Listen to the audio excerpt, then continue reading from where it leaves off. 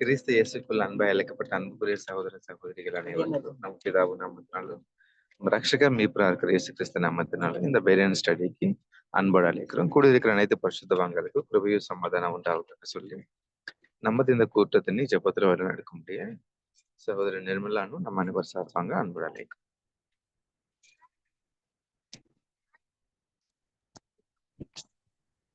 மகாபெருவையும் அன்பும் இரக்கம் நிறைந்த பரலோக பிதாவே, அப்பா துதிகளின் மத்தியில் வாசம் செய்கிறவரே, அப்பா மனித ஒருவரும் காணக்கூடாத ஒளியில் வாசம் செய்கிற எங்கள் அன்பின் பரலோக பிதாவே, இந்த ஒரு நேரத்தையும் இந்த நாளில் எங்களுக்கு மாலை நேரத்தை கொடுத்து உடைய வேதத்தில் உள்ள காரியங்களை நாங்கள் படித்து புரிந்து கொள்ள செய்த கிருபைக்காக கோடான கொடி நன்றி தகப்பனே. எல்லா இணைப்பில் இருக்கும் எல்லா சகோதர சகோதரிகளையும் நீர் ஆவியிலே வழிநடத்தும்படியாக மன்றாடுகிறோம் அப்பா. நாங்கள் இன்று படிக்க போகும் யுகங்களை பற்றிய தெய்வீக திட்டத்தில் அநேக காரியங்களை நாங்கள் புரிந்து கொள்ள நீர் எங்களுக்கு தயவாய் வழிநடத்தும்படியாக மன்றாடுகிறோம் தகப்பனே. ஆரம்பம் முதல் முடிவு வரை இந்த பிரசன்னம் எங்களோடு இருந்து எங்களை வழிநடத்தும்படியாக மன்றாடுகிறோம் தகப்பனே. இந்த சிறிய ஜெபத்தை கூட எங்கள் ரட்சகரும் மீட்பெரும் போதகருமான இயேசு கிறிஸ்துவின் இனிய நாமத்தினாலே கெஞ்சி மன்றாடுகிறோம் எங்கள் ஜீவனுள்ள நல்ல பிதாவே. ஆமென். Thank you sister. அன்புக்குரிய சகோதர சகோதரிகளே, நம்ம கடந்த நாள் இந்த வால்யூம் 1 3ஆம் சாப்டர்ல நம்ம 21ஆம் கொஸ்டின் வரைக்கும் நம்ம பார்த்தோம். இப்போ நம்ம பார்க்க போறது 22ஆம் கொஸ்டின் பார்க்க போறோம். So, did the laws of Moses favor the rich to the disadvantages of the poor? What was the provision of the Jubilee year? இந்த கொஸ்டின் அப்படி தமிழ்ல வாசிக்கக்கூடிய அன்போடு அழைக்கிறோம். பிரதர் படிக்கிறேன். மோசேயின் நியாயப்பிரமாணம் ஏழைகளுக்கு பாதகமாய் இருக்கும்படி செல்வந்தர்களுக்கு சாதகமாய் இருந்ததா? யூபிலி வருஷத்தின் ஏற்பாடாக இருந்தது என்ன? பேஜ் நம்பர் 56, இரண்டாவது வரி முதல் பத்தி முழுவதும்.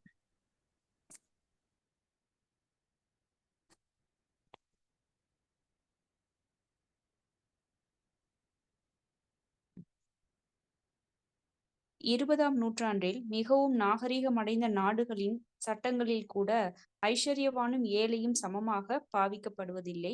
மோசேயின் பிரமாணங்களில் இவ்விரு வகுப்பாருக்கும் நீதி செய்யப்படுகிற காரியத்தில் எந்த ஒரு வித்தியாசமும் காண்பிக்கப்படவில்லை. சிலர் அதிக செல்வந்தர்களாகவும் அதிகாரமிக்கவர்களாகவும் வேறு சிலர் மிகவும் ஏழையாகவும் ஆகும் அபாயங்களிலிருந்து பாதுகாக்க மோசேயின் பிரமாணங்களில் குறிப்பிடத்தக்க அம்சங்கள் இருந்தன. ஆனால் இன்று உலகின் எந்த நாட்டிலும் இம்மாதிரியான பாதுகாக்கும் சட்டம் நடைமுறையில் இல்லை. மோசேயின் பிரமாணத்தின்படி ஒவ்வொரு 50 வருஷமும் திரும்ப கொடுக்கும் வேலைக்கான யூபிலி வருடமாய் இருந்தது. இந்த யூபிலி வருஷத்தில் இழந்து போன சொத்துக்கள் திரும்ப கொடுக்கப்பட்டது. இதனால் ஒரு சிலரின் கைகளில் ஏராளமான சொத்துக்கள் திரளாக குவிவது தடுக்கப்பட்டது. உண்மையாகவே அவர்கள் ஒருவரை ஒருவர் சகோதரர்களாக எண்ணி கைமாறு கருதாமல் ஒருவருக்கொருவர் உதவி செய்யும்படி வட்டி வாங்காத படிக்கும் அச்சட்டம் கற்பித்தது.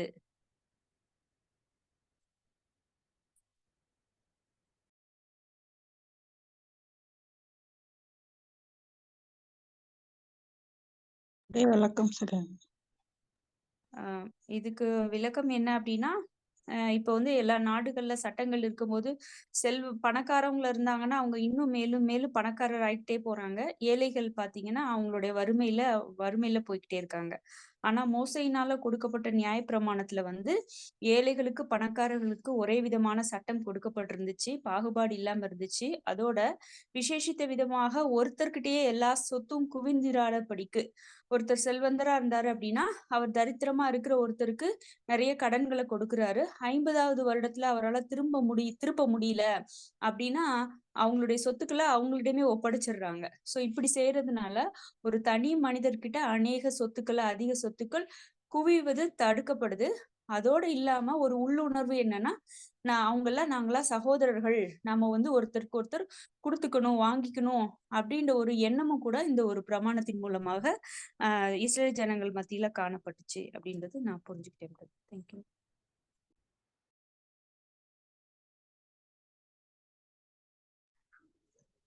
ஓகே பிரதர், நான் சொல்லிடுறேன். அதேதான் இங்க என்ன சொல்றாங்கன்னா, இப்ப நடக்கிற இந்த 20ஆம் நூற்றாண்டுல கூட இந்த மாதிரி ஒரு சட்டதிட்டம் இல்ல. ஐஸ்வர்யவானே இருக்காங்க, ஏழைங்க ஏழையாகவே இருந்துட்டு இருக்கிறாங்க. இது ஒரு யூத மோசையின் மூலமாக வந்த இந்த நியாயப்பிரமாண சட்டம் வந்து ரொம்ப அருமையான ஒரு சட்டமா இருந்துச்சு. ஏழைகள் பணக்காரவங்க அப்படிங்கிறது பாகுபாடு இல்லாம ஒரு சட்டம் காண்பிக்கப்பட்டுச்சு. அது என்ன அப்படின்னா, அதுதான் யூபிலி ஆண்டு. யூபிலி வருஷத்துல இப்போ வாங்கினவங்க, இடத்த வித்தவங்க, இல்ல கடன் வாங்கினவங்க, இவங்களெல்லாம் திருப்பி ஒரு வேலை கொடுக்க முடியல அப்படிங்கிறப்ப அதுக்குதான் தேவன் என்ன பண்ணாரு, யூபிலி 50வது வருஷம் யூபிலின்னு வச்சாங்க. அந்த யூபிலில என்ன பண்ணணும், பணக்காரவங்க எல்லாம் அந்த நிலத்தை வாங்கினாங்களோ, வீட்டை வாங்கினாங்களோ, இல்ல ஒரு அடிமையாக யாரையாவது வாங்கியிருந்தாங்கன்னா கூட அவங்க என்ன பண்ணணும், இந்த யூபிலி ஆண்டு அவங்களுக்கு திருப்பி கொடுத்துடணும். அப்ப அவங்கள்ட்டயே ஒரு ஆளுகிட்டயே அந்த சொத்து தேங்கி இருக்கக்கூடாது அப்படிங்கிறதுக்காக தான் இந்த சட்டம் அருமையாக அங்க தேவன் அங்க வச்சிருந்தாங்க. அந்த சொத்துக்கள் வந்து எல்லார்ட்டையும் குவியப்படல, அதாவது குவிஞ்சு போயிடல அப்படிங்கணும். ஆனா இப்போ என்ன பண்றாங்க பாத்தீங்கன்னா, ஏழைங்கள்ட்ட இருந்து நல்லா வரி வாங்கி வாங்கி என்ன பண்றாங்க, ஒருத்தர்கிட்டயே கோடிக்கணக்குல என்ன பண்றாங்க, சொத்து குமிஞ்சிட்டு வருது. இப்போ அந்த சட்டத்தை அவங்க கடைபிடிக்காம இருக்கிறாங்க அப்படிங்கறதான் லேவியராகமம் 25ஆம் அதிகாரம் 9வது வசனத்துல பாக்குறோம். அப்பொழுதும் 7ஆம் மாதம் 10ஆம் தேதியில் எக்கால சத்தம் தொனிக்கும்படி செய்ய வேண்டும். பாவ நிவாரண நாளில் உங்க தேசமெங்கும் எக்கால சத்தம் தொனிக்கும்படி செய்ய வேண்டும். 50ஆம் வருஷத்தை பரிசுத்தமாக்கி தேசமெங்கும் அதன் குடிகளெல்லாம் விடுதலை கூற கடவீர்கள். அது உங்களுக்கு யூபிலி வருஷம். அதிலே உங்களில் ஒவ்வொருவனும் தன் தன் காணியாட்சிக்கும் தன் குடும்பத்துக்கும் திரும்பி போக கடவன் அப்படின்னு அங்க சொல்றாரு. அதே மாதிரி நிலமா இருந்தாலும் அதே மாதிரியே அங்க திருப்பி கொடுத்துடணும் அப்படிங்கறதான் இந்த அதிகாரம் பூரா சொல்றாங்க. தேங்க்யூ.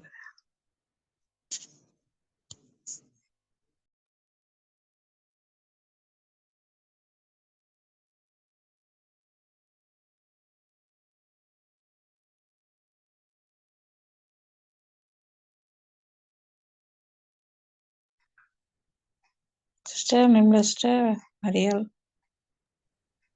அதேதான் சிஸ்டர், சொன்னதேதான் சொன்னேன்.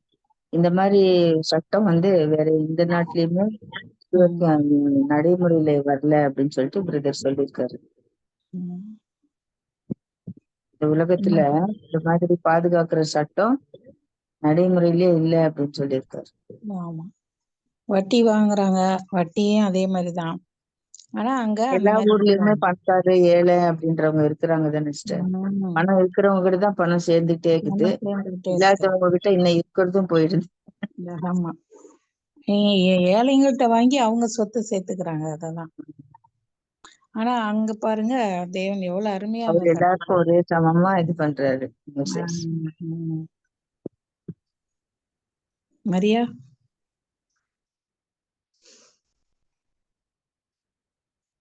சிஸ்டர்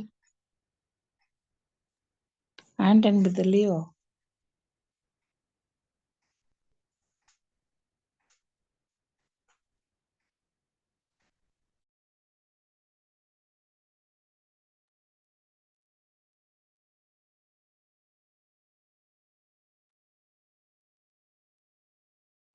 ஆமா, இதுல ஸ்கிரீன் ஷேர் பண்றது கொஞ்சம் கஷ்டமா இருக்குது, பேசி இது பண்றது. தமிழ்ல உங்ககிட்ட எல்லாருக்கிட்ட குரூப், வாட்ஸ்அப் குரூப்ல அதை நீங்க ஓபன் பண்ணி வச்சுக்கலாம்.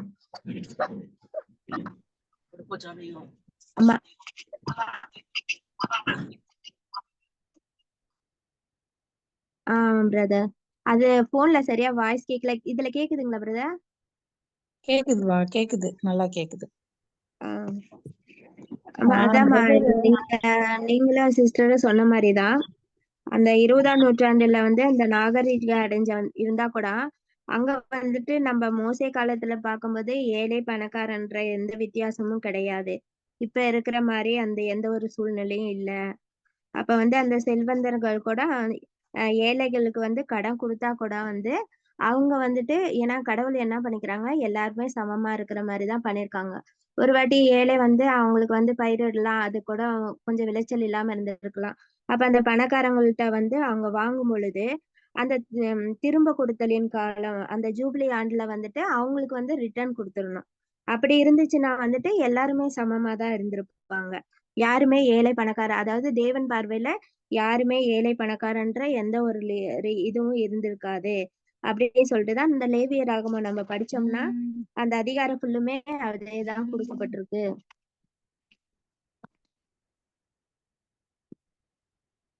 எல்லாமே பட்டிருக்கு அப்படி சொல்லிட்டு பாக்குறோம். அதே மாதிரிதான் யாத்திராகமம் 2:25 பார்த்தோம்னா, அங்க என்ன குடுக்குறாங்கன்னா, யாரும் வட்டி வாங்கக்கூடாது. அப்படி வந்துட்டு வட்டிக்குன்னு சொல்லிட்டு யாருக்குமே குடுக்க கூடாது. அவங்களுக்கு வந்துட்டு எல்லாமே ஃப்ரீயா குடுக்கும்பொழுது, அங்க வந்து சகோதரத்துவம் வந்து சமமா தான் இருக்கப்படுது அப்படின்னு சொல்லிட்டு இந்த பேராகிராஃப்ல குடுத்துருக்காங்கம்மா. ஆனா வந்து இப்ப இருக்கிறவங்க பார்த்தோம்னா, எல்லாம் அதிகமா வந்துட்டு இருக்கவங்கள்ட்டலாம் இல்லாதவங்கள்ட்டலாம் வாங்கி, இருக்கிறவங்க வந்து இன்னும் பணக்காரங்க தான் ஆகுறாங்க.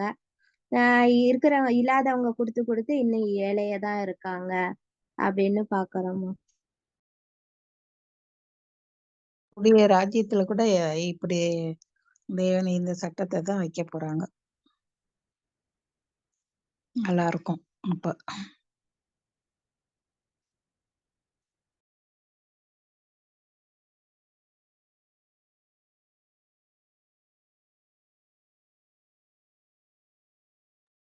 ஸோ இந்த கொஸ்டின் எல்லாருக்கும் புரிஞ்சிச்சுன்னா நம்ம அடுத்த கொஸ்டின் பார்க்கலாம். எதனா டவுட்ஸ் இருக்குது பார்க்கலாம் பிரதர்.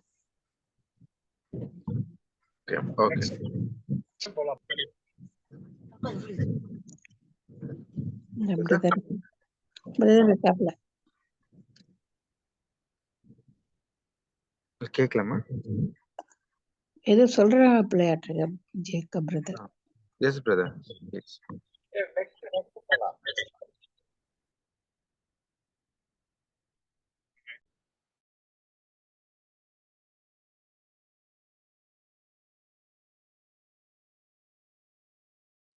பிரதர் எது கேட்கல பிரதர் வாய்ஸ். நெக்ஸ்ட் போலான்னு சொல்ற மாதிரி தெரியுது. நெக்ஸ்ட் போலான்னு சொல்றேன். Okay okay thank you. ஸோ இப்போ அடுத்த கொஸ்டின் 23ஆம் கொஸ்டின்.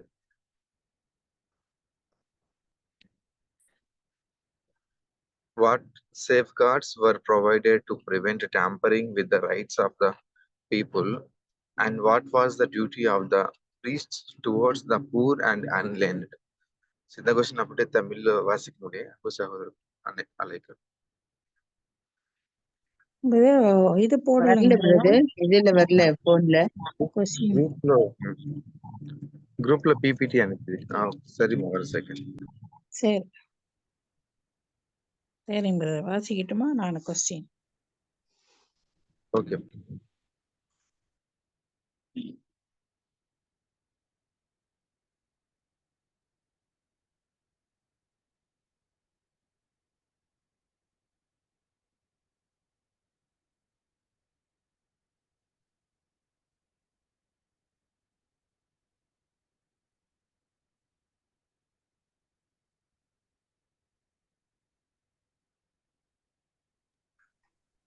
பிரதர் நான் சொன்னதுக்கா இல்ல ஒண்ணும் கேட்கல சிஸ்டர், கேட்கவே இல்ல. மூட்ல போட்டே படிச்சுட்டேன் சிஸ்டர். ஜனங்களுடைய உரிமைகள் குறுக்கிடப்படுவதை தடை பண்ணும் விதத்தில் என்னென்ன பாதுகாப்புகள் அளிக்கப்பட்டுள்ளது? தரித்திரர் மற்றும் கல்வியறிவு இல்லாதவர்கள் விஷயத்தில் ஆசாரியர்களின் கடமை என்ன? கொஸ்டின் நான் சொல்றேன் சிஸ்டர். மோசேயினால் ஏற்படுத்தப்பட்ட இந்த சட்டம் எல்லாமே ஒளிவு மறைவு இல்லாம எல்லா சட்டமும் வெளியரங்கமாக அங்க பதிவு செய்யப்பட்டிருந்துச்சு. அரசாங்கத்துல இருந்த அதிகாரிகளோ அல்லது உயர் பதவியில இருந்தவங்களோ அவங்க வந்து ஜனங்க கிட்ட இருக்கிற உரிமைய மாற்ற மாற்ற முடியாத மாதிரி அங்க இருந்துச்சுன்னு பாக்குறோம்.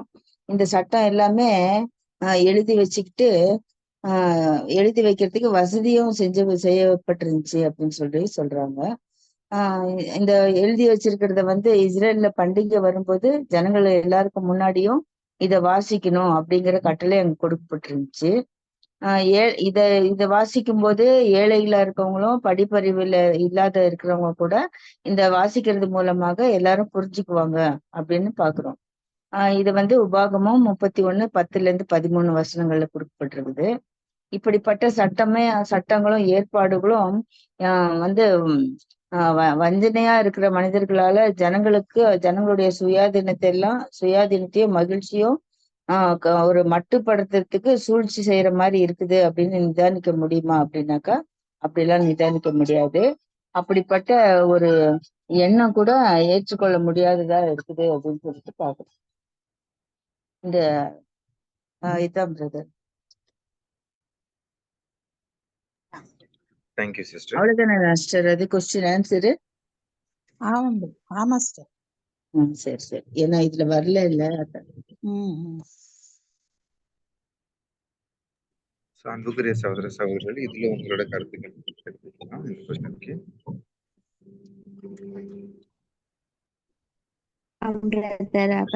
அம்மா சொன்ன மாதிரிதான், அத்தை சொன்ன மாதிரிதான், அந்த சட்டங்கள் அனைத்துமே ஒளிவு மறைவு எதுவுமே இல்லாம இருந்துச்சு. அப்ப மோசே காலத்துல எந்த ஒளிவு மறைவு இல்ல. நம்ம ஃபர்ஸ்ட் பேராகிராஃப்ல பார்த்த மாதிரிதான். அப்ப அவங்க என்ன பண்றாங்கன்னா, படிக்காதவங்க இருந்தா கூட அவங்க என்னன்னா இஸ்ரேல்ல அந்த பண்டிகை கொண்டாடுறாங்க. அந்த கூடார பண்டிகை நம்ம உபாகமம் 31:10-13 வாசிச்சோம்னா அங்க தேவன் எல்லாரையும் கூட்டி சேர்க்கிற மாதிரி கூடார பண்டிகை அங்க செய்யறாங்க. அப்ப உன் தேவனாகிய கர்த்தரை தெரிந்து கொள்ளும் ஸ்தானத்தில் இஸ்ரேல்கள் எல்லாருக்குமே அவருடைய சன்னதிக்கும் அவங்க யாரு அவங்களோட புருஷர்கள், ஸ்திரீகள், குழந்தைகளுக்கு எல்லாருக்குமே தெரிவிக்கிறபடியாகத்தான் அவங்க அந்த நியாயப்பிரமாணத்தை எடுத்து வாசிக்கிறாங்க.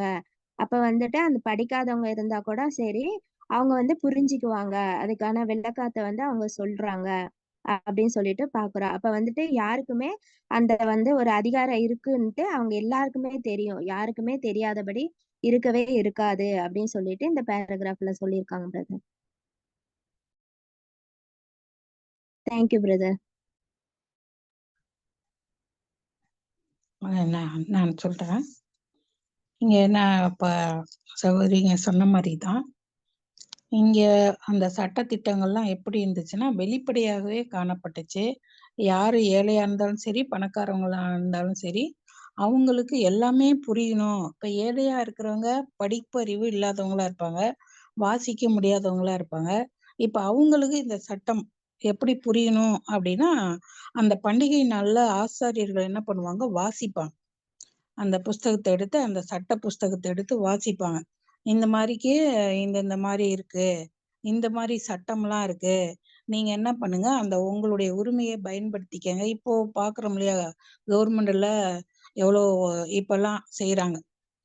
உங்களுக்கு இந்த மாதிரி பென்ஷனுக்கோ எந்த விஷயமா இருந்தாலும் உங்களுக்கு இந்த மாதிரி சட்டம் இருக்கு, நீங்க என்ன பண்ணிக்கங்க, பயன்படுத்திக்கங்க அப்படின்னு வாட்ஸ்அப்ல போடுறாங்க, இல்லைன்னா பேப்பர்ல போடுறாங்க. இந்த மாதிரிக்கெல்லாம் பண்றாங்க இல்லையா. இதே போலதான் அப்பவும் ஆசாரியர்கள் என்ன பண்ணாங்கன்னா, படிப்பறிவு இல்லாதவங்களுக்கும் தெரிஞ்சுக்கணும் அப்படின்னு சொல்லிட்டு அவங்களும் அந்த சுயாதீனத்துல அவங்களும் அந்த இதை வரணும். அப்போ மனிதர்களால் ஜனங்களுடைய சுயாதீனமும் மகிழ்ச்சியும் அங்க காணப்பட்டுச்சு.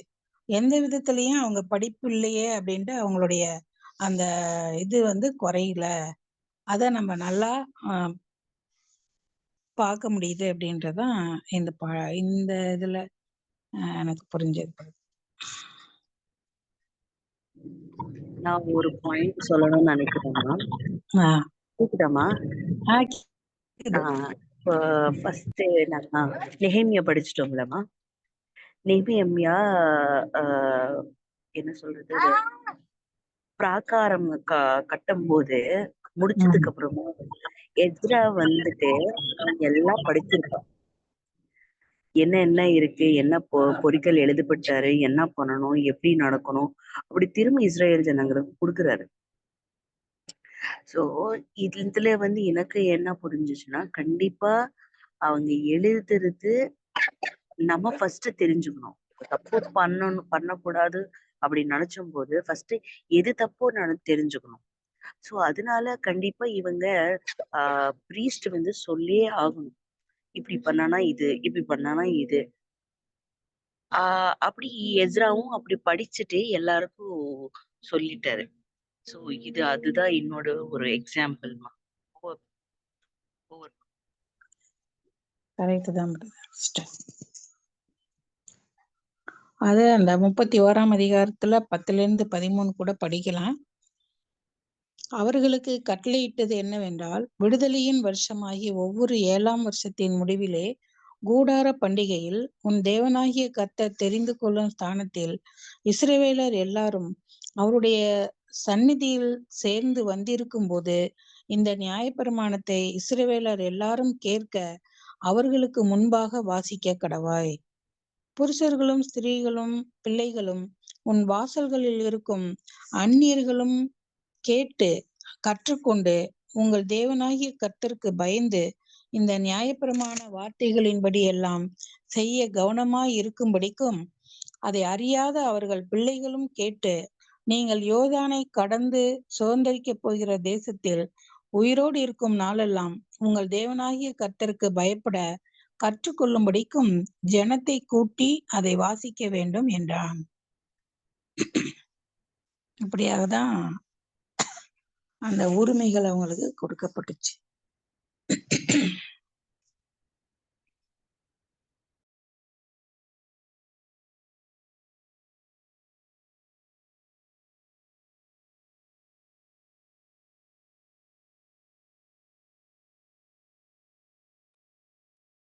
ஸோ இதுல ஒரு பாயிண்ட் நானும் சொல்ல விரும்புகிறேன். ஸோ இப்போ நம்ம பார்த்தா எல்லாமே ஒரு படிப்பு படிக்காம இருக்கிறவங்களுக்கு, பூரா இருக்கிறவங்களுக்கு, இப்போ நம்ம எல்லாமே வந்து அவங்களும் அறிஞ்சுக்கணும். இந்த நம்ம என்ன செய்யணும், நம்ம என்ன செய்யக்கூடாது சொன்ன இதுல ஒருவேளை இவங்கள் நம்ம கடந்த கொஸ்டின்ஸ் நம்ம பார்த்துட்டே வரோம். இது ஆசாரியர்களுக்கு தான் எல்லாமே ஃபேவரா இருக்குது. அவங்களுக்கு தான் அவங்களோட ஸ்வீயம் வைஸா அவங்களுக்கு எப்படி கன்வீனியன்ட்டா இருக்குது அப்படி எழுதி வச்சிருக்கலாம். அப்படியோட எண்ணமும் சில கேள்வியில நம்ம பார்த்துட்டே வரோம். அப்படி எதுவுமே இல்ல. அப்படி இதுலவும் நம்ம பார்க்கலாம். ஒருவேளை அப்படி இருந்துச்சுன்னா கண்டிப்பா அவங்க வந்து எல்லாமே நியாயப்பிரமாணங்கள் இப்படிதான் இதுதான் சொல்ல வர்றது. அப்படி அந்த சொல்லப்பட்ட அந்த நாள்ல வந்து எதுவுமே அவங்க வாசிக்க முடியாது. என்னன்னா ஒருவேளை அவங்க தவிர அவங்களுக்கு சொல்ல மாதிரி அவங்களுக்கு பயன்படுத்தி இருந்துக்குன்னா கண்டிப்பா அது வெளிய பப்ளிக்கா வந்து அந்த நியாயப்பிரமாணங்கள் வைக்க அவசியம் வராது. பட் ஆனா அப்படி எதுவுமே இல்ல. தேவன் சொன்னது மாதிரி தான் அவங்க எல்லாமே கீழ்ப்படி தேவன் சொன்ன நியாயப்பிரமாணங்கள் தான் எல்லாருக்கும் அது அறியணும், எல்லாரும் தெரிஞ்சுக்கணும். அப்படி நம்ம இதுல நம்ம புரிஞ்சுக்கலாம். இது நம்ம ஒரு எக்ஸாம்பிள்ல நம்ம எக்லிஷியாவில பார்க்கலாம். இப்போ வந்து நம்ம எல்டர்ஸ் பத்தி நம்ம படிச்சுட்டு வரோம். அந்த ஆர்டர் அண்ட் டிசிப்ளின் 6th வால்யூம்ல 6ஆம் சாப்டர். ஸோ இப்போ எல்டர்ஸ் மட்டும்தான் நிறைய எக்லிஷியாஸ்ல என்னன்னா எல்டர்ஸ் மட்டும்தான் அது அந்த அறிவு இருந்துச்சுன்னா போதும் அப்படியோட ஒரு தப்பான பார்வையில இருந்திருக்காங்க. ஆனா நம்ம வந்து என்ன பண்றோம், அப்படி இல்ல, எல்டர்ஸ்க்கு மட்டும் அது பத்தாது. அதுல கலந்துக்கிற அனைத்து பரிசுத்தவான்கள் அந்த சபையில இருந்த அனைத்து மெம்பர்ஸ்க்கு வந்து இது பத்தின அந்த அறிவு இருக்கணும். அப்போதான் எது செய்யணும் எது செய்யக்கூடாது சவுண்ட் மைண்ட்ல வந்து நம்ம அந்த ஆர்டர் அண்ட் டிசிப்ளின்குள்ள நம்ம கலந்து போக முடியும். அப்படிதான் நம்ம இது பார்த்துட்டே வரும். சோ அதுதான் என்னோட புரிதலா இருக்குது. வேற எதனா கருத்துக்கள் இருந்தா நீங்க தெரிவிக்கலாம்.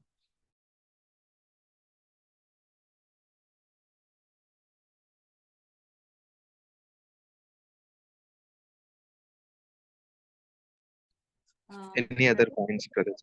அதான் பிரதர் எல்லாம் சொன்ன மாதிரி தான்.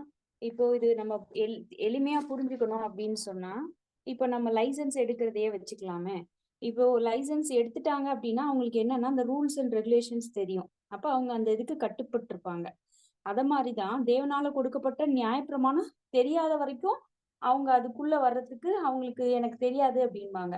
அப்படி யாரும் சொல்லாத படிக்கு இதுவே ஒரு இது அவங்களுடைய பண்டிகைகள் சமயத்துல, பலிகள் சமயத்துல இந்த ஒரு நியாயப்பிரமாணங்கள் வந்து அவங்களுக்கு வாசிச்சு தேவனால சொல்லப்பட்டிருக்கு அப்படிங்கும்போது அவங்களும் வந்து நம்ம எப்படி இருக்கணும், எப்படி சொல்லியிருக்காங்க, எப்படி இருக்கக்கூடாது அப்படின்றத தெரிஞ்சுக்கிறதுக்கு ஒரு வாய்ப்பா இருக்கிறதுனால அவங்க எல்லாம் அதை ஃபாலோ பண்றதுக்கும் அது ஒரு நல்ல ஒரு முறையா இருக்கு அப்படின்றதுதான் அந்த சுருக்கமா. தேங்க்யூ. இன்னொரு பாயிண்ட் கூட கொடுக்கலாம். என்னன்னா, பண்டிகை சமயத்துல ஏன் அப்ப வாசிக்கப்படுது அப்படிங்கிற ஒரு கொஸ்டின் கூட வருது இல்லையா? ஏன் பண்டிகை சமயம் இந்த மாதிரி கூடார பண்டிகை ஏதாவது ஒரு கூட்டம் அப்ப எல்லா கூடும்போது ஜனங்களும் ஒன்னா சேருவாங்க சிஸ்டர். ஓகே.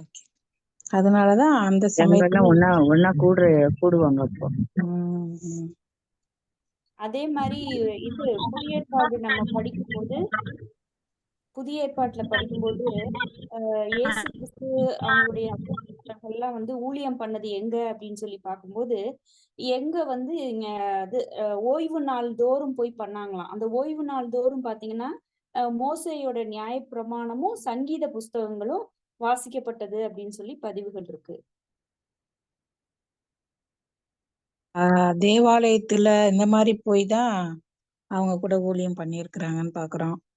இயேசு கூட மலை மேல இந்த மாதிரி கூட்டங்கள் இருக்கிற இடத்துல கல்யாணம் அந்த ஒரு கல்யாணத்துல கூட பாக்குறோம். இந்த மாதிரி நிறைய பேர் இருக்கிற இடத்துல சொல்றாரு அப்படின்னு.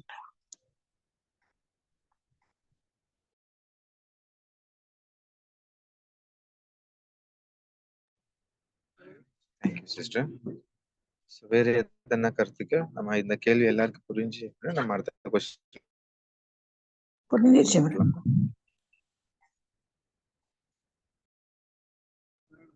Thank you sister. 24ஆம் கொஸ்டின் பார்க்கிறோம். What provision for the rights of foreigners and enemies was made by? So இந்த கொஸ்டின் அப்படியே தமிழ்ல வாசிக்கிறேன். அன்பு சகோதரர்களால் கேட்கிறோம். பிரதர் நான் படிக்கிறேன் பிரதர். கேக்குதுங்களா? Yes sister. 24 கொஸ்டின். மோசேயின் நியாய பிரமாணத்தில் அயல் நாட்டினர்களின் உரிமைக்கென்று செய்யப்பட்ட ஏற்பாடு என்ன?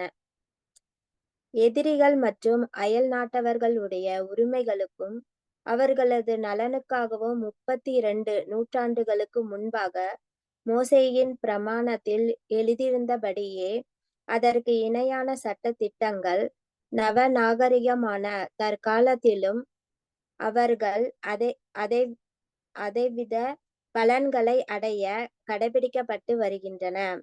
சுயதேசத்துக்கு உங்களிடத்தில் தங்கும் பரதேசிகளும் அயல் நாட்டவர் ஒரே பிரமாணம் இருக்க கடவது. யாத்திராகமம் 12ஆம் அதிகாரம் 49, லேவியராகமம் 24:22 என்று வாசிக்கின்றோம். யாதொரு அந்நியன் உங்கள் தேசத்தில் உங்களுடனே தங்கினால் அவனை சிறுமைப்படுத்த வேண்டாம். உங்களிடத்தில் வாசம் பண்ணுகின்ற அந்நியனை சுய தேச போல எண்ணி நீங்கள் உங்களை அன்பு கூறுகிறதை போல அவனிலும் அன்பு கூறுவீர்களாக. நீங்களும் எகிப்து தேசத்தில் அந்நியராய் இருந்தீர்களே. லேவியராகமம் 19:33-34 வசனங்கள். உன் சத்துருவின் மாடாவது அவனுடைய கழுதையாவது தப்பி போக கண்டால் அதை திரும்ப அவனிடத்தில் கொண்டு போய் விடுவாயாக. உன்னை பகைக்கிறவர்களுடைய கழுதை சுமையோடு விழுந்து கிடக்க கண்டாலானால் அதற்கு உதவி செய்யாதிருக்கலாமா? அவசியம் அவனோடு கூட அதற்கு உதவி செய்வாயாக என்று யாத்திராகமம் 23ஆம் அதிகாரம் 4-5 வாசிக்கின்றோம்.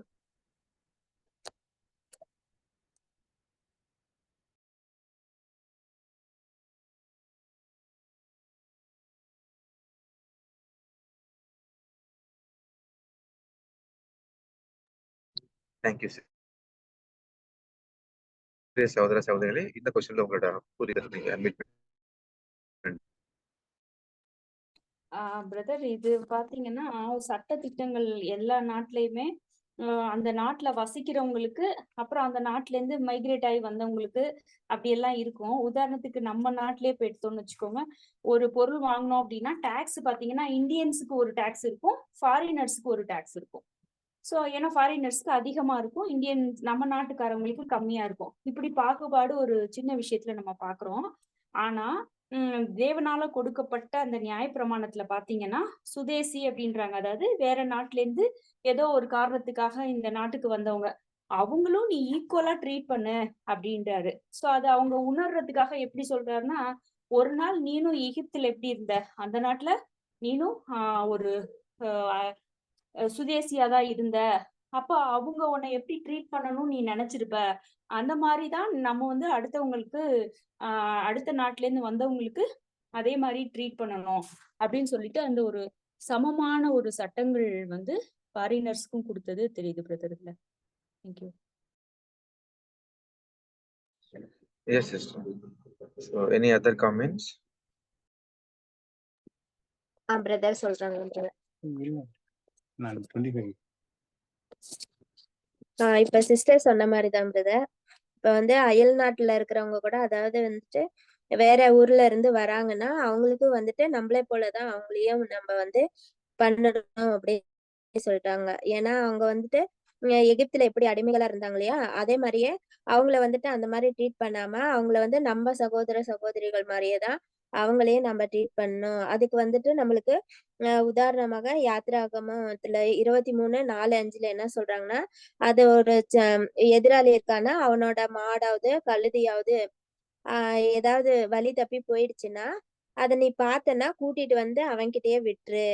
அப்ப வந்துட்டு அவன் வந்து அந்த மாடு அந்த கழுதை வந்துட்டு சுமையோட எங்கேயாவது விழுந்துருச்சுன்னா அதுக்கு போய் அவனுக்கு அந்த குதிரைக்கு உதவி செய்யி, இல்லைன்னா வந்துட்டு அவனை கூட்டிட்டு போய் அந்த இடத்துல காமிச்சு கொடு அப்படின்னு சொல்றாங்க பிரதர். அதாவது வந்துட்டு நம்ம வந்துட்டு அன்பு, அதாவது நம்ம வந்து ஒருத்தருக்கு ஒருத்தர் எப்படி அன்பு கூறுறோம், நீ வந்து என்னை எப்படி நீ அன்பு கூறுறியோ அதே மாதிரி நீ அந்நியனா இருக்கிற எதிரிய கூட நீங்க வந்து அப்படிதான் நேசிக்கணும், அன்பு கூறணும் அப்படின்ட்டு இந்த பேராகிராஃப்ல கொடுக்கப்பட்டிருக்கு. அப்படி thank you brother.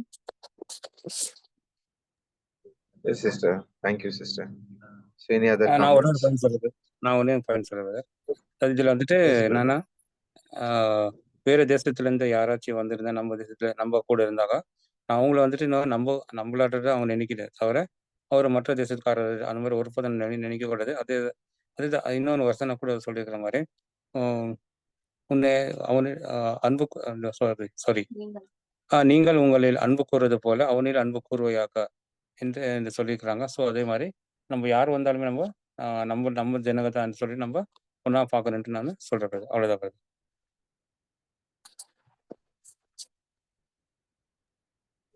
Thank you, brother.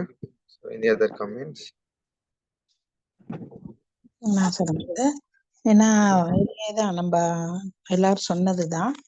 இதுல என்ன பாக்குறோம்னா, சுதேசி அப்ப அயல் நாட்டுக்காரவங்க யாராவது இப்ப நம்ம நாட்டுக்கு வந்துட்டாங்கன்னா, இப்ப நம்ம இந்தியாவுல நம்ம பாக்குறோம் சொன்னது போல எல்லாருமே எல்லாரும் என்ன பண்ணிக்கிறோம், ஒரே அன்பா அங்க பாக்குறோம்.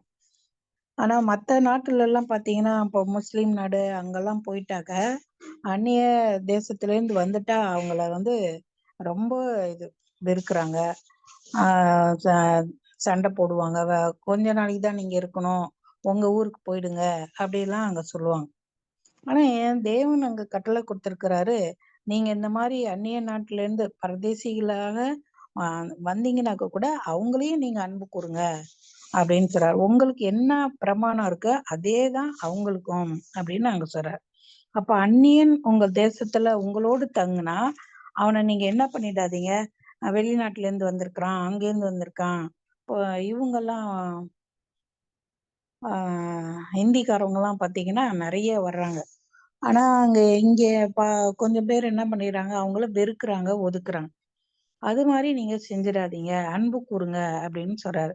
அது எதுக்கு ஒரு அடையாளம் வைக்கிறாருன்னா, நீங்க எகிப்து தேசத்துல அந்நியரா தானே இருந்தீங்க, அப்போ அங்க உங்களை எவ்வளவு சிறுமைப்படுத்தினாங்க, எவ்வளவு துன்பப்படுத்தினாங்க. அப்போ உங்களுக்கு அந்த இடத்துல இருந்தப்ப எவ்வளவு கஷ்டமா இருந்துச்சு உங்களுக்கு, அத நினைச்சு பாருங்க. அவங்களும் ஒரு நாட்டை விட்டு ஒரு நாட்டுக்கு வந்திருக்காங்க இல்லையா, அவங்களையும் நீங்க என்ன பண்ணுங்க, நீங்க அங்க துன்பப்பட்டதை நினைச்சு பார்த்து இவங்களுக்கு நீங்க என்ன பண்ணிடுங்க, அன்பு காட்டுங்க அப்படின்னு அங்க சொல்றார். அடுத்ததாக சத்ருவையும் சிநேகிங்க அப்படின்னு சொல்றாரு. இப்ப சத்துரு பா என்ன பார்த்தோம்னா பேச மாட்டோம், இது பண்ண மாட்டோம், நமக்கு என்ன, அவங்க மாடு உண்டா நமக்கு என்ன, எதா இருந்தாலும் அவங்க வீட்டுல எதுவா இருந்தாலும் நமக்கு என்ன அப்படின்ற ஒரு அந்த விரோத மனப்பான்மை அங்க வந்துடும். அதையும் இருக்கக்கூடாது அப்படின்னு தான் இங்க சொல்றார். உன் சத்துருவின் மாடாவது கழுதையாவது ஏதோ காணாம போயிடுச்சு, இல்ல கீழே விழுந்துருச்சு அப்படின்னா நீங்க என்ன பண்ணுங்க, அதுக்கு உதவி செய்யுங்க, அதை கொண்டு போய் அவங்க வீட்டிலேயே விடுங்க அப்படின்னு கூட சொல்றாரு அந்த யாத்ராமத்துல படிச்சோம்னா. அப்போ அப்படி நம்ம செய்யும் போது ஒருவேளை நம்மளுடைய பொருள் ஆடோ மாடோ இல்ல நம்ம வீட்டுல ஏதோ ஒரு பிள்ளைங்களோ கீழே விழுந்துட்டு யாரோ தூக்காம இருந்தாங்கன்னா என்ன சொல்லுவோம், கொஞ்சம் கூட இறக்கமே இல்லையா, அத உதவி செய்யக்கூடாதா, ஹெல்ப் பண்ணக்கூடாதான்னு சொல்லுவோம். அதேதான் இங்க நமக்கு, அதுதான் உன் சத்துருக்களையும் நேசி, உன்னை போல் பிறனையும் நேசி அப்படிங்கிறத இங்க நமக்கு உதாரணமாக சொல்றாங்க. Okay brother, thank you. எஸ்மா, தேங்க்யூம்மா.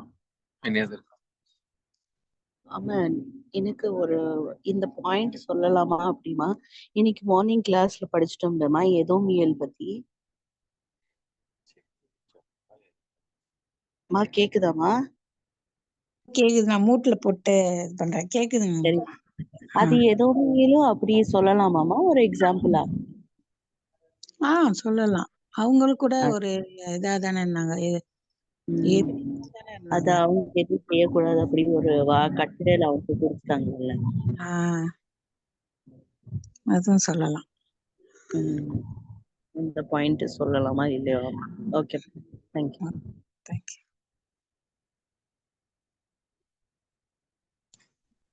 ஸோ இதுல ஒரு பாயிண்ட் நானும் சொல்ல விரும்புகிறேன். இப்போ எல்லாரும் சொன்ன மாதிரி தான், இப்போ அதுவே நமக்கு வந்து 10 கட்டளையில ஒரு கட்டளையில கொடுத்திருக்காங்க. நம்ம ஆண்டவராக இயேசு கிறிஸ்து வந்ததுக்கு அப்புறம் நமக்கு கொடுத்த 2 கட்டளையில முக்கியமான 2வது கட்டளையில இது இருக்குது அப்படின்னு நம்ம பார்க்கலாம். நம்மை போல் எப்படி நம்ம நேசிக்கிறோமோ அப்படியே நம்ம பிறன்னு நம்ம நேசிக்க வேண்டியது இருக்குது. அந்த பிறன் நம்ம ஸ்வதேசியா விதேசியா சத்துருக்களா அந்த தாரதமியமே எதுவுமே இல்ல. ஸோ நம்ம எல்லாரையும் நம்ம நேசிக்க வேண்டும் அப்படின்னு நமக்கு இதுல பார்க்கலாம். ஸோ வேற எதனா கருத்துக்கள் இருந்தா தெரிவிக்கலாம்.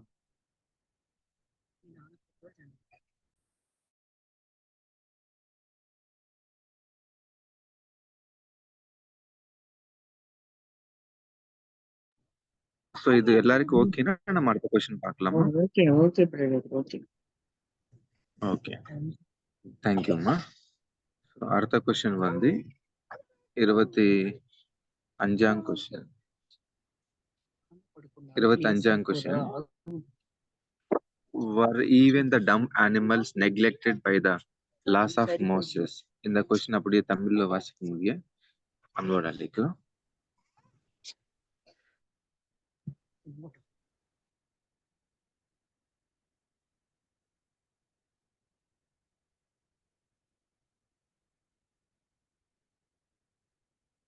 சிஸ்டர் வாசிங்க சிஸ்டர், இதுல இது வரமாட்டேங்குது.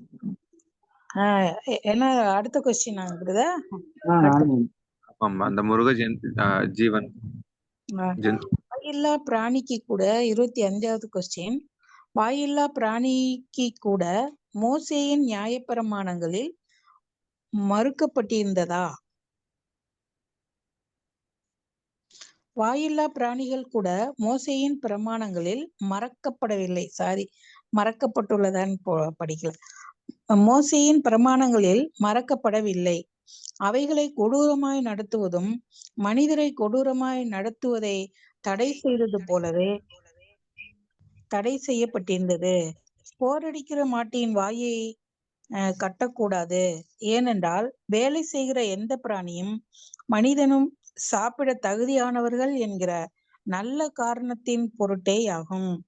நிலத்தை உழும்போது எருதையும் கழுதையும் ஒன்றாய் சேர்த்து உழுதல் கூடாது, ஏனெனில் அவைகள் இரண்டும் சமமான பலம், ஆற்றல் உள்ளவைகள் அல்ல.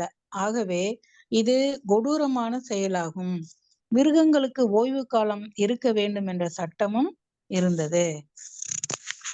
அப்படின்னு இங்க சொல்றாங்க. இதுல என்ன நம்ம பாயிண்ட் பாக்குறோம்னா, மனிதருக்கு எப்படி அங்க வந்து நீங்க எல்லாரையும் ஒன்றாக நேசிங்க, அன்பா இருங்கன்னு சொன்னாரோ, அதே போல இதுக்கு கூட மிருகங்களுக்கு கூட அதே கட்டளை தான் இருந்துச்சு. அதேதான் மோசேயின் பிரமாணத்துல கூட காணப்பட்டுச்சு அப்படிங்கிறத பாக்குறோம். இத நம்ம என்ன பண்ணிடக்கூடாது, இப்பெல்லாம் அதெல்லாம் அதே இது இப்ப வந்துருச்சு. கொடுமைப்படுத்தக்கூடாது, மிருகங்களை கொடுமைப்படுத்தக்கூடாது, அடிக்கக்கூடாது அப்படின்னு கூட வந்துருச்சு. அதே மாதிரி அப்பெல்லாம் பாத்தீங்கன்னா ஆட்டோ இது ரிக்ஷா வண்டி மாதிரி இருக்கும். அதுல வந்து இந்த ரிக்ஷா வண்டி ஓட்டுறவங்க என்ன பண்ணுவாங்க, எவ்வளவு கஷ்டம் அதுல உட்கார வச்சு, ஜனங்களை உட்கார வச்சு, அத கால் மிதிச்சு ஓட்டிட்டு போவாங்க. எவ்வளோ கஷ்டம். மாட்டு வண்டியில அப்பெல்லாம் அது அந்த மிருகங்களும் கஷ்டப்படும். எவ்வளவு பேர் உட்கார்ந்து போவாங்க. அதெல்லாம் ரொம்ப கஷ்டமானது. அப்ப மாட்டை அடிக்கிறது அதெல்லாம் வந்து ஒரு கொடூரமாக காணப்பட்டுச்சு. இதெல்லாம் அப்பவே மோசே என்ன பண்ணியிருக்காரு, இதெல்லாம் தடை செய்யுங்க, அந்த மாதிரிலாம் பண்ணக்கூடாது அப்படிங்க. இன்னும் பாத்தீங்கன்னா அதுக்கு சரியான தீவனம் போட மாட்டாங்க. அப்புறம் அது வாயை கட்டிடுவாங்க. இந்த இதுல எல்லாம் போறப்ப பாத்தீங்கன்னா அது ஏதாவது சாப்பிட்டோன்னு வாயை கட்டிடுவாங்க. இதெல்லாம் வந்து தகாசுகள் அப்படின்னு பாக்குறோம். இந்த மாதிரி எல்லாம் பண்ணாதீங்க அப்படிங்கறதா இங்க சொல்றாங்க. நிலத்தை உழும்போதோ இல்ல அடுத்ததாக ஒரு பாயிண்ட் என்ன சொல்றாங்கன்னா, எருதையும் கழுதையையும் ஒண்ணா கட்டி நிலம் உழுவாதீங்க அப்படிங்கிறாரு. ஏன் அப்படின்னா, எருது நல்ல பலம் வாய்ந்தது, கழுதை அவ்வளவு பலம் இல்லாதது. 2யும் ஒண்ணா உழுவும்போது கழுதைக்கு வந்து என்ன ஆயிடும், சுமை அதிகமாயிடும், கஷ்டப்படும். அது கூட பண்ணக்கூடாது. இன்னும் கூட பாத்தீங்கன்னா எந்த ஒரு இதா இருந்தாலும் சரிசமமா அதனுடைய வெயிட் இதெல்லாம் கூட சரிசமமாக இருக்கணும். அதை வச்சுதான் நீங்க உழுவணும். வெயிட் இல்லாதது இப்போ கொஞ்சம் சோம்பலா கொஞ்சம் பலம் இல்லாத ஒரு மாடே இருக்கு, நல்ல பலமுள்ள ஒரு மாடு இருக்கு, அது 2யும் கூட கட்டிடக்கூடாது அப்படின்னு கூட ஒரு சட்டம். இப்போ அதெல்லாம் செய்யறாங்க. இந்த இந்த குஸ்தி போடுறவங்க, சண்டை போடுறவங்க எல்லாம் பாத்தீங்கன்னா கரெக்டா அந்த வயசு வெயிட் எல்லாம் வச்சு இப்போ அதெல்லாம் பண்ணிட்டு இருக்கிறாங்க. அப்புறம் ஓய்வு, மிருகங்களுக்கு ஓய்வு கொடுக்கணும், வாரத்துல ஒரு நாள் அதெல்லாம் ஓய்வா இருக்கணும் அப்படிங்கிறாங்க.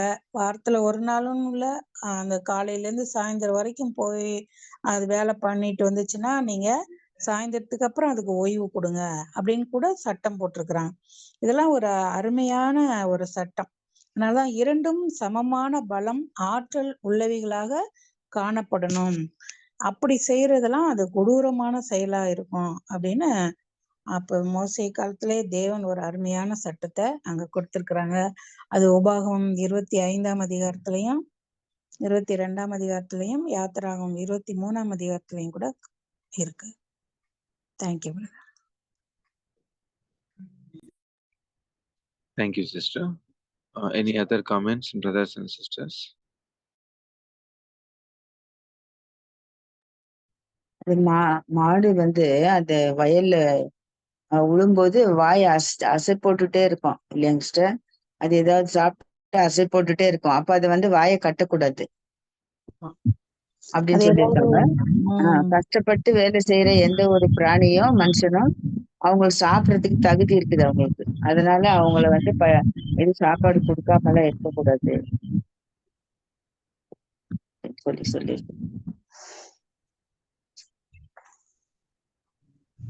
Thank you, ma. Any other comments?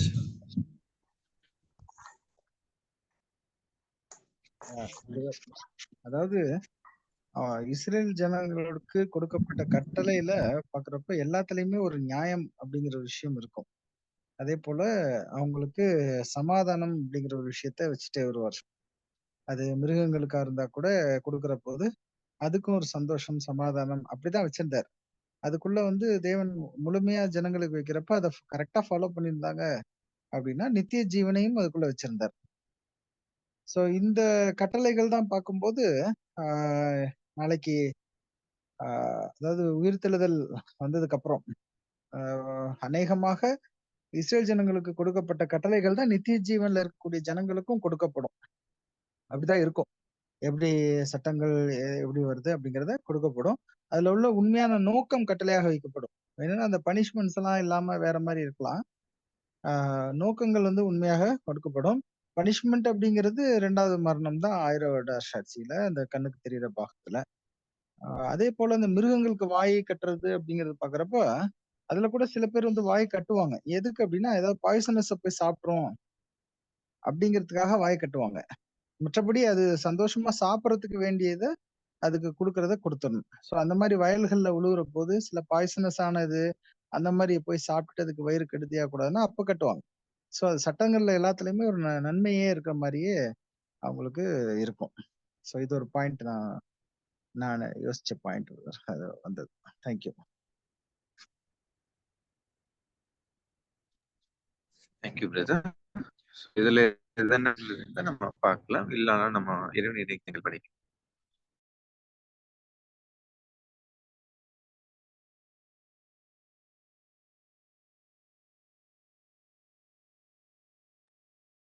Okay. So இப்போ இறைவன் இணைங்கித்தீங்க. இப்பேற்பட்ட மென்மேல சத்தியம் வச்சிரும் கொடுத்த பிதாவான தேவனுக்கு நம்ம ரட்சகர் இப்ப இருக்கிற இயேசு கிறிஸ்துவிலே நன்றிகள் எடுக்கும். பரிசுத்தவங்களுக்கு கிருபை சமாதானம் உண்டாவதாக. இப்போ இறைவன் இணைங்கித்தங்கள் படிக்க முடிய சகோதரி மரியாள் முடிவு ஜெபத்தில் வழிநடக்க முடிய சகோதரன் ஐயா ஜாக்கோப்னி நம்ம அனைவர் சார்பாங்க அன்போடு அழைக்கிறோம்.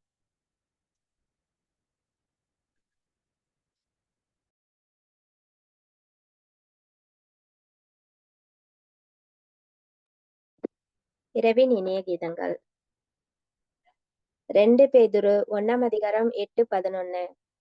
இவைகள் உங்களுக்கு உண்டாயிருந்து பெருகினால் உங்களை நம்முடைய கர்த்தராகிய இயேசு கிறிஸ்துவை அறிகின்ற அறிவிலே வீணொரு கனியற்றவர்களாய் இருக்க வெட்டாது.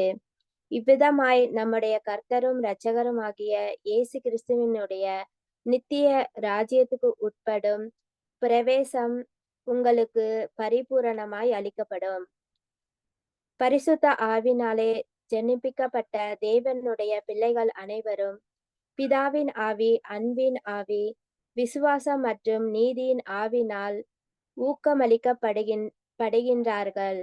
ஆனால் எந்த அளவிற்கு ஆவியின் கனி வியப்பித்து இருக்கிறது என்பதை வாழ்வின் ஒவ்வொரு பணிகளிலும் இந்த ஆவியின் லட்சணம் இலக்கமாக காணப்படுகிறதோ, கர்த்தருடைய இந்த ஆவி நம்மில் பெருகினால் அது நம்முடைய வியாபாரம், தொழில், நமது வீடு, நமது தொழிற்சாலை, சமையலறை, சாப்பிடும் இடம், படுக்கும் இடம், நமது சிந்தனை யாவற்றிலும் காணப்படும். இப்படிப்பட்ட நிறைவான ஆவியின் அன்பு எவரிடம் மிகுந்து காணப்படுகிறதோ, கர்த்தருடைய ஆவியான இக்குணங்கள் யாருடைய வாழ்வில் ஒவ்வொரு நிகழ்ச்சியிலும் காணப்படுகிறதோ அவர்கள் மெசியாவின் ராஜ்யத்தில் மணவாட்டி வகுப்பாராக நுழைவார்கள். ஆமேன்.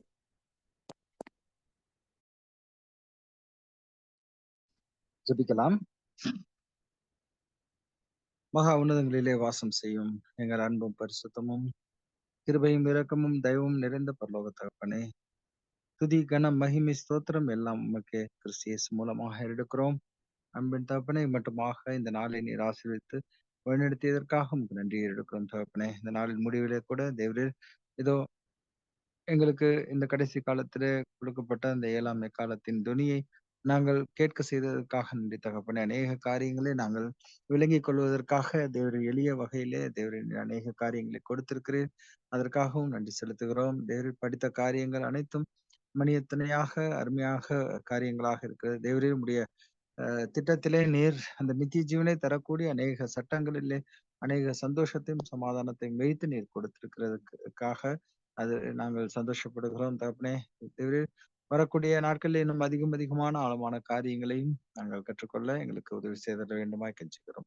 இப்படியாக ஒருவரையும் பேர் பேராய் தொட்டு ஆசீர்வதித்து வழிநடத்த வேண்டுமாய் கெஞ்சுகிறோம். போக்கிலும் மரத்திலும் எல்லா காரியங்களும் பாதுகாத்து வழிநடத்தும் உடல் சுகவீனத்தை நீக்கி போட்டு பலப்படுத்த வேண்டுமாய் கேட்கிறோம் தகப்பனே. ஊழியங்களை ஆசீர்வதித்தலும் ஊழியக்காரர்களுக்கு ஏற்ற உதவியை செய்து பலப்படுத்த வேண்டுமாய் கேட்கிறோம் தகப்பனே. உங்களுடைய மணிகள் எங்கிருந்தாலும் அதை கூட்டி சேர்க்க தேவரே உதவி செய்தார். இப்படியாக இந்த சிறிய மன்றாட்டை கிறிஸ்து இயேசுவின் மூலமாக நாங்கள் பொற்பாதம் வைத்து தாழ்மையோடு கூட ஜெபிக்கிறோம். ஜெபம் நல்ல தகப்பனே. ஆமென்.